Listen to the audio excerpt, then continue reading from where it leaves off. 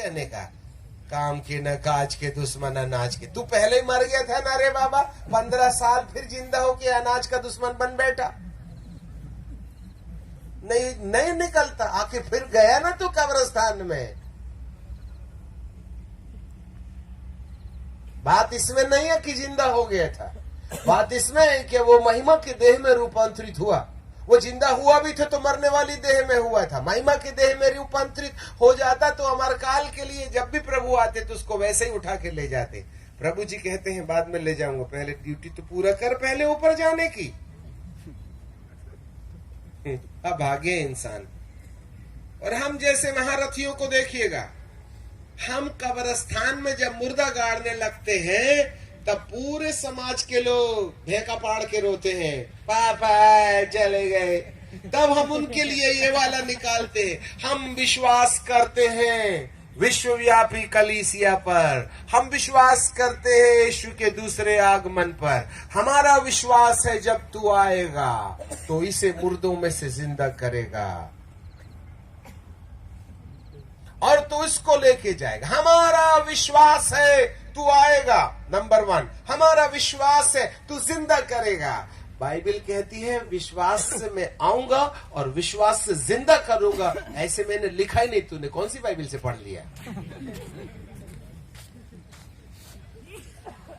Hallelujah. हे प्रभु तू इसको जिंदा करेगा। प्रभु कहेगा इसकी तो टिकट ही कंफर्म नहीं हुई रे, तेरे कहने से मैं कैसे ले जाऊंगा बता दे वाला। टीवी को ना, रेडियो को, टीवी को बहुत ऊंची आवाज में बजा के फिर मिला के बत्ती देता था, जिससे कि मोहल्ले वाले को पता न चले रात को बीबी को पीट रहा था बोल करके। ये कहां से जाएगा बताइए, वहां स्वर्गदूतों को भी लत्ती मारेगा, नहीं ले जाता बोले। और रात भर ना तू 12 बजे से लेकर 3 बजे तक ये छोटे से तख्ते में क्या झांक रहा था बता तो जरा मेरे को। जियो सिम में रात को 12 बजे तुमने कौन सी वेबसाइट खोली थी? ऊपर वाले को क्या मोतियाबिंद हो गया है? अरे हीरो ऊपर जाएगा, प्रभु जी कहेगा ना रे बाबा, शैतान को गिरा के बड़ी मुश्किल से स्वर्ग साफ किया था, कुछ पापी को लेकर फिर टेंशन तो बढ़ाऊंगा क्या मैं? अरे विश्वास बोलते हो, पत्नी को पीटते हो और विश्वास बोलते हो? अरे विश्वास तो भूत लोग भी करते हैं।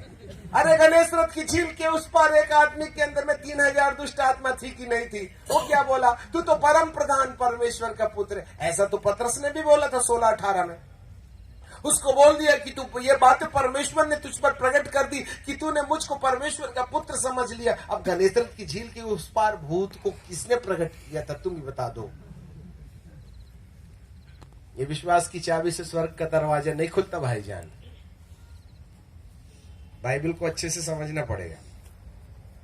एक पद हम पढ़ते हैं प्रकाशित वाक्य की किताब और उसका 20वां अध्याय और उसका 5वां पद जरा देखिएगा। Book of Revelation chapter 20 and verse 5। वहां ऐसे लिखा हुआ है, जब तक ये 1000 वर्ष पूरे न हुए तब तक शेष मरे हुए ना जी उठे।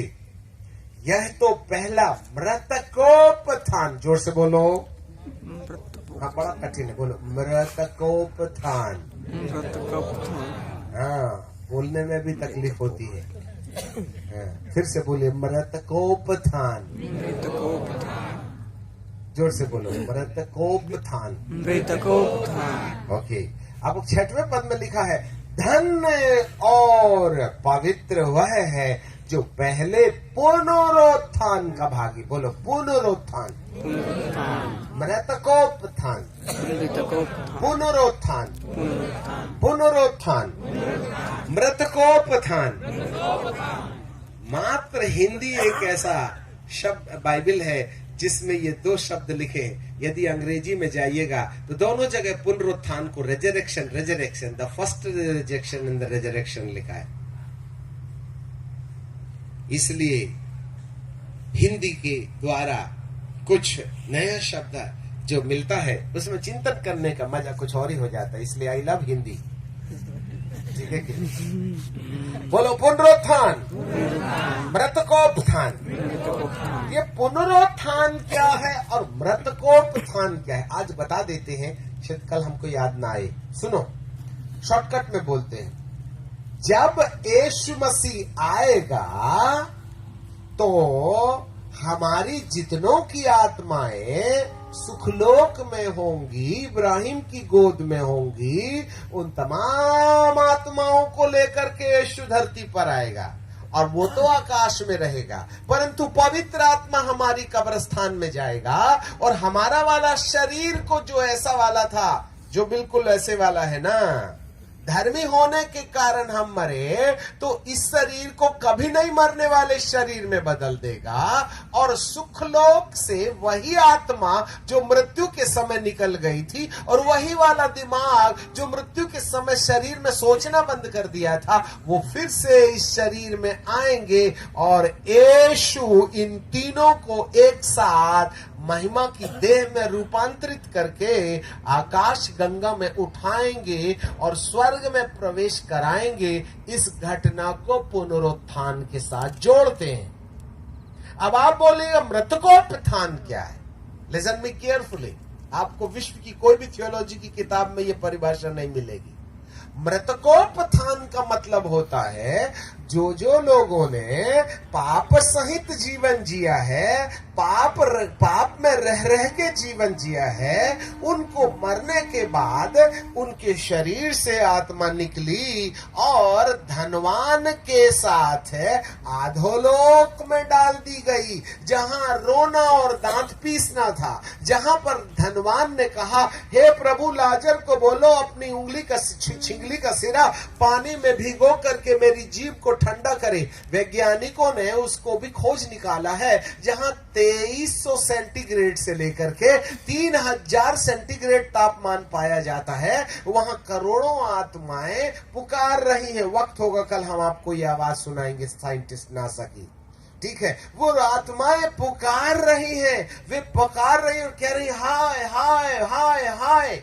ऐसे समय में वहां से जब यीशु आएंगे, दूसरे आगमन में लोगों को ले जाएंगे, 7 साल का महाक्लेश काल होगा, यीशु का तीसरा आगमन होगा, पृथ्वी को उथल पुथल करेगा। नए यरूशलेम में वो लोग जो दूसरे आगमन में उठाए गए हैं, वे धरती पर आएंगे। यीशु और पिता और पुत्र दोनों 1000 साल तक राज्य करेंगे।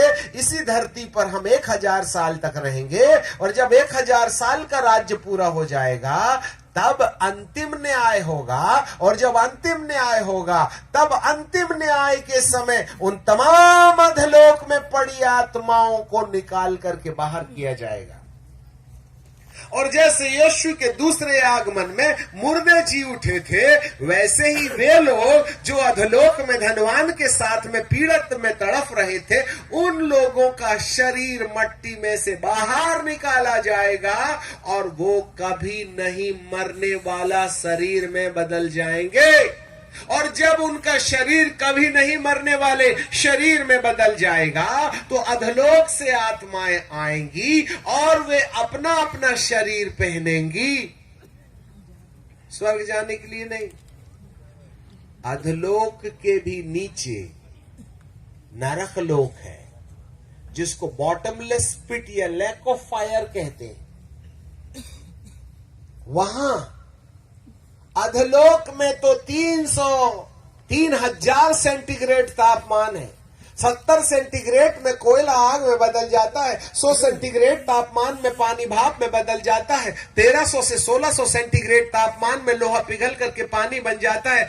1600 से डबल गर्मी अधोलोक का मिनिमम टेम्परेचर है। एक बार जाके देखना तो दारू की आदत छोड़ना नहीं पड़ेगा, वो खुद ही छोड़ के चली जाएगी। हम तो कहते हैं, हे प्रभु, हर एक विश्वासी को जो कभी नहीं सुधरने की कसम खा के बैठे हैं, इनको ना 2.5 मिनट से लेकर 5 मिनट तक नरक का ना अधोलोक का विजिट करा के लिया, हमारा तो प्रॉब्लम ही सॉल्व हो जाएगा। पर अभी तक प्रभु ने ग्रांट नहीं किया हमारी प्रार्थना। कुछ लोग जो गए ना 5 मिनट के लिए, वो हमेशा के लिए बदल गए। ये फिर वो मोबाइल ना, जितने भी लव यू वाले चैप्टर है वो सब क्लोज हो जाएंगे। यू नो, अच्छे से समझ लीजिएगा। अधलोक से आत्माएं निकाली जाएंगी 1000 साल के आखिरी में, जब लास्ट जजमेंट होगा। हमारा शरीर भी मृत्यु से बाहर आएगा और कभी नहीं मरने वाले शरीर को वो मट्टी से निकालेगा। जैसे पुनरुत्थान के टाइम पर आत्माएं सुखलोक से आई थी, वैसे मृतकोत्थान से आत्माएं दुखलोक से आएंगी, अधलोक से आएंगी, ऊपर जाने के लिए नहीं, वरन जमीन के भी और गहराई में। अधलोक में तो 3000 सेंटीग्रेड है, नरक लोक में बॉटमलेस पिट में 10,000 सेंटीग्रेड मिनिमम टेम्परेचर है। वैज्ञानिकों का कहना, मैं नहीं गया था वहां। हम 100 नहीं झेल सकते तो 3000 कहां से झेलेंगे? 100 में धुआं निकल आएगा। हालेलुया। अभी तो धोखने में बहुत मजा आता है, दबाओ पिचिक पिचिक। अभी तो आप धुआं छोड़ रहे हैं, एक दिन खुद ही धुआं बन जाइएगा। हालेलुया। मैं मजाक नहीं कर रहा हूँ, इसका अनुवाद है। मृतकोत्थान जो है 1000 साल के बाद नरक जाने के लिए रिजर्वेशन कंफर्म होता है। जो सुखलोक में गया एक न एक दिन पुनरुत्थान का भागी होगा ही होगा, और जो अधलोक में गया 1000 साल के बाद में मृतकोत्थान का भागी होगा ही होगा। उसको बदला नहीं जा सकता। अधलोक में रहने वाले व्यक्ति को सुखलोक में ट्रांसफर नहीं किया जा सकता। सुखलोक में पहुंचे हुए आदमी को, वो आत्मा को अधलोक में, नरक लोक में नहीं भेजा जा सकता। इसलिए मृत्यु के पहले ही आपको निश्चय कर लेना चाहिए, सुखलोक जाना है या अधलोक। सुखलोक चले गए तो पुनरुत्थान कंफर्म है, यदि अधलोक गए तो आपके लिए मृतकोत्थान पर कंफर्म है। पुनरुत्थान के लिए हम ऊपर जाने का रास्ता तय करते हैं, और मृतकोत्थान में हम नरक में, बॉटमलेस पिट में, जहां अजगर, झूठा भविष्यवक्ता और ख्रिस्त विरोधी पाया जाएगा, हम वहां डाल दिए जाएंगे।